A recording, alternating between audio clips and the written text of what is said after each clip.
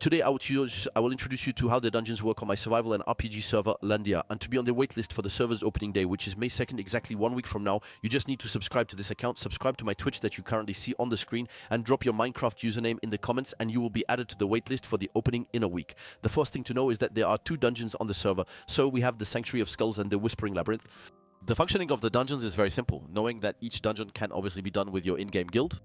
So you enter the dungeon, you will have to eliminate a defined number of mobs. So there, as you see for me at the top of my screen, it's 79. So I will already have to eliminate 79 mobs with my friends. Once you have eliminated the 79 mobs, you will enter the dungeon conquest phase. And this phase is very important. You will simply have to kill all the mobs in the dungeon.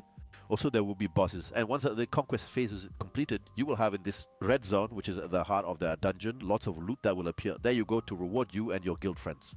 When you have completed all the steps I described before, you will have completed a cycle. There can be up to 50 cycles per dungeon, so in fact it's as if there are 50 levels in the dungeon.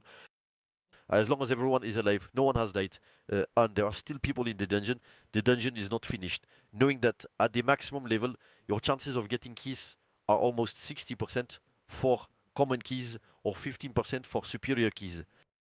It's really worth it.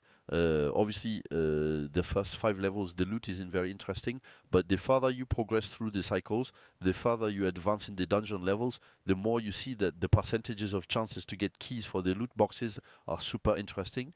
Also, there are plenty of bosses. For example, there is the Husk boss, there is the Piager boss, there is the Vindicator boss, and as you can see, each boss also has chances to loot you different items.